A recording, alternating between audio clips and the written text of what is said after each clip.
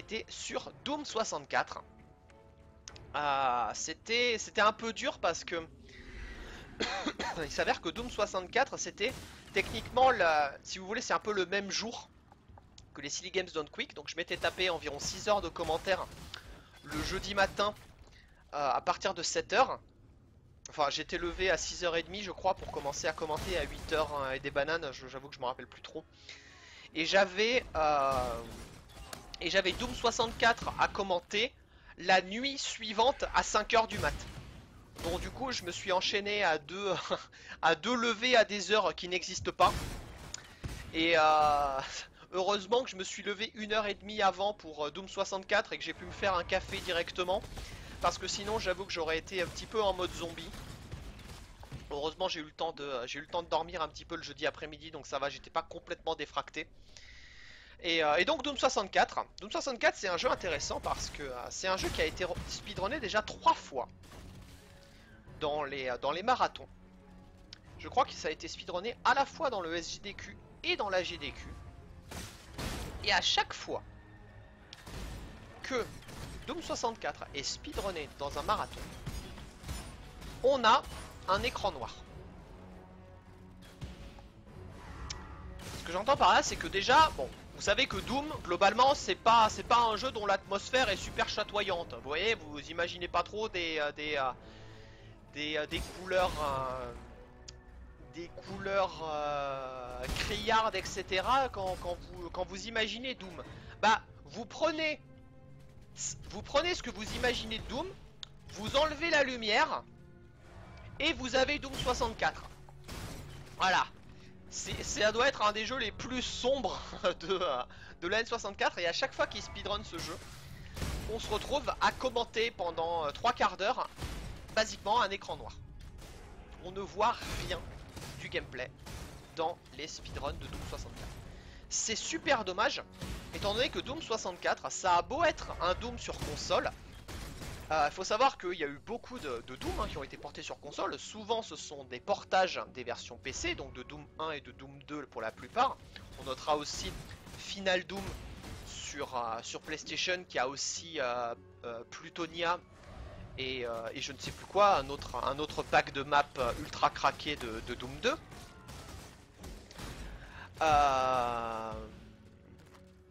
Et donc, ce que je disais, c'est que Doom 64, c'est un standalone, si vous voulez. C'est un jeu qui ne vient pas, qui n'est pas juste une refonte d'un jeu PC. C'est un vrai jeu qui se tient avec ses maps à lui, ses musiques à lui.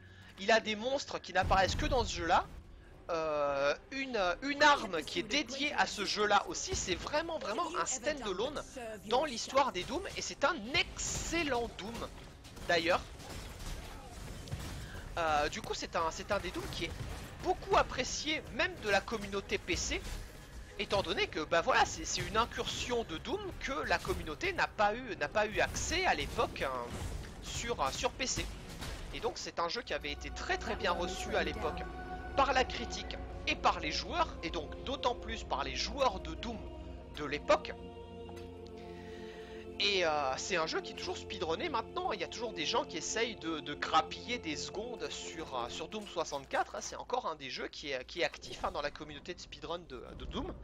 Le problème, c'est que ça passe pas dans les marathons, parce que je pense que les setups visuels qui sont utilisés pour streamer la console plus faire de l'enregistrement derrière ne permettent pas d'afficher les couleurs avec la luminosité au maximum qui est réglable normalement dans le jeu.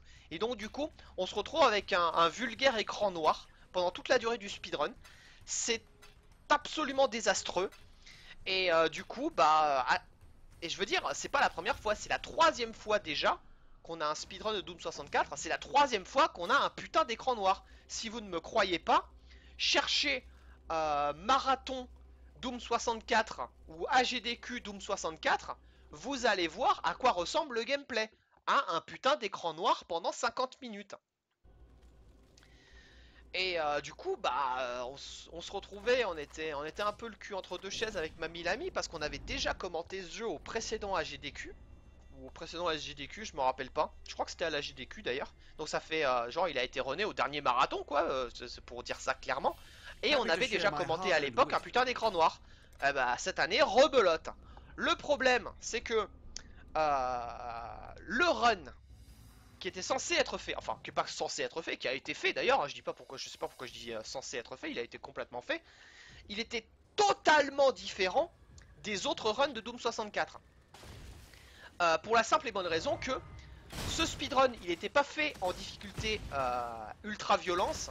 Bon, alors, pour les puristes, hein, c'était pas ultra violence la difficulté dans Doom 64, ça s'appelle Watch Me Die. Voilà, mais c'est l'équivalent de la difficulté ultra violence sur PC. Voilà. Faites pas yesh. Bref.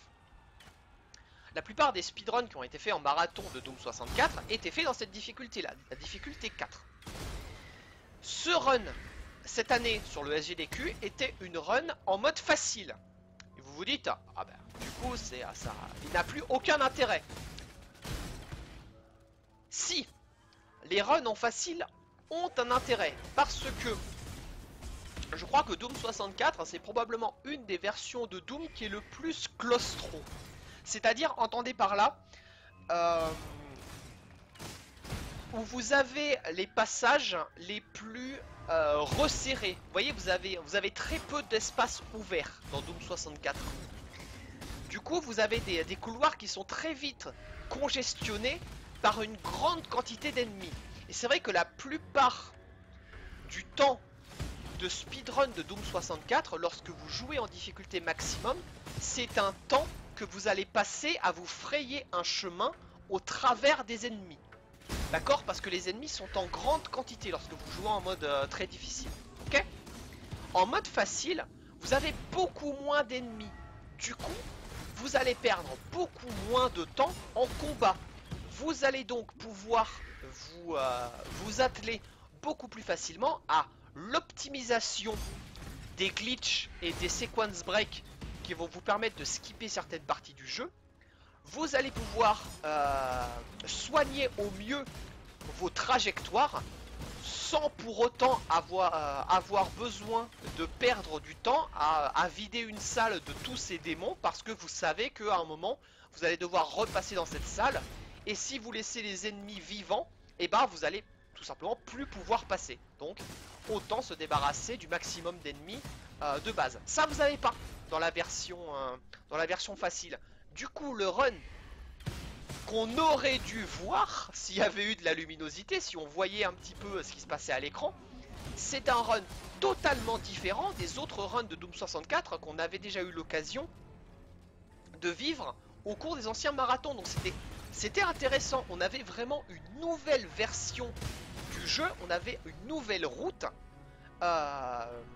qui allait donc rafraîchir l'intérêt de ceux qui avaient, enfin, qui auraient dû voir en tout cas les runs de Doom 64 d'avant. Et donc on en revient à notre problème que c'est bien gentil tout ça, mais quand on n'a qu'un putain d'écran noir à l'écran, bah c'est un peu difficile de faire vivre ce qui est censé être quand même la plus grosse optimisation de trajectoire dans les FPS. Hein. Parce que Doom c'est un jeu avec un gameplay ultra nerveux, et la plupart des autres FPS ont un gameplay beaucoup moins rapide, beaucoup moins péchu, ou alors vous demande de justement vider les salles de leurs ennemis. C'est le cas notamment des speedruns de Wolfenstein, où vous pouvez vous déplacer beaucoup plus vite que dans Doom. Par contre, vous êtes obligé de vider la plupart des salles de la totalité des ennemis. Alors l'écran noir était dû il n'est pas dû au jeu, il est dû à la configuration de la console pour avoir un retour à l'écran et la possibilité de streamer la console derrière. Voilà, donc c'est un problème technique qui vient du setup au niveau des États-Unis. C'est pas un problème dû au Restream FR, etc. Voilà. Salut Gillian. Donc c'était un peu triste du coup de se retrouver à ne pas pouvoir mettre en exergue toutes les différences qu'il pouvait y avoir avec le speedrun classique entre guillemets que vous pouviez attendre d'un Doom 64, et on n'a pas pu vraiment montrer avec Mamie Lamy pourquoi ce speedrun était différent des autres speedruns qu'on avait vus avant pendant les précédents marathons. Et c'est un peu dommage. En plus, c'est vrai qu'il y a énormément de changements de route, notamment, si vous voulez, des petites anecdotes entre guillemets.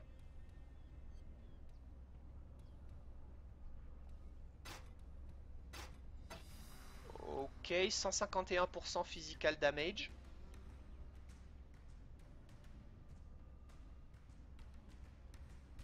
« 25% attack speed. »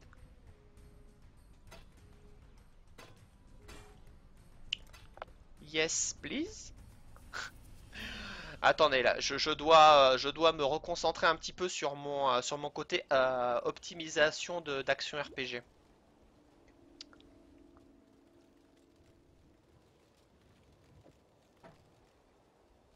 Non, c'est pas ça.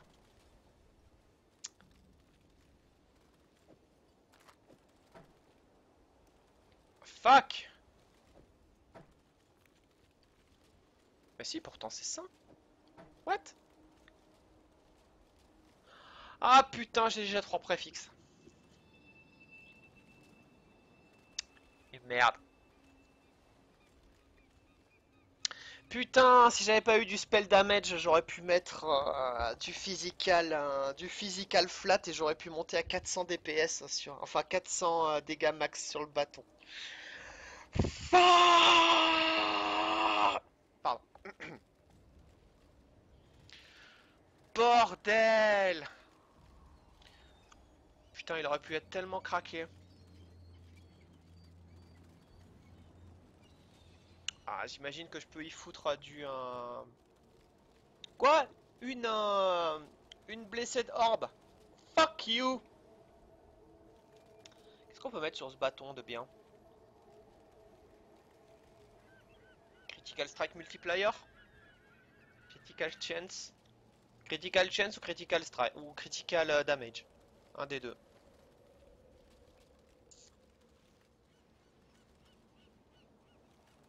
Fuck! Je garde quand même, ça peut servir pour un éventuel perso physical. Parce que j'ai pas un truc physical à virer du coup. Voilà, ça c'est un truc physical tout pourri. Par rapport à celui-là, on échange. God bless you, Exile. Suivant les multiplicateurs de critique du perso, j'aviserai si j'ai besoin de critical damage ou de critical chance. Bref! Donc, oui, pour vous parler un petit peu des différences que vous pourriez avoir entre le speedrun de Doom 64 en version facile et en version hard, vous avez une arme. Donc l'arme spéciale de Doom 64, qui est un laser. Et le principe de ce laser, en fait, c'est que vous pouvez upgrader sa puissance en trouvant certains objets spéciaux disséminés dans le jeu, qui sont en fait des clés démoniaques, qui vont, si vous voulez, débloquer une nouvelle puissance supplémentaire à l'arme. Il y a 3 clés en tout, qui vont augmenter au fur et à mesure la puissance du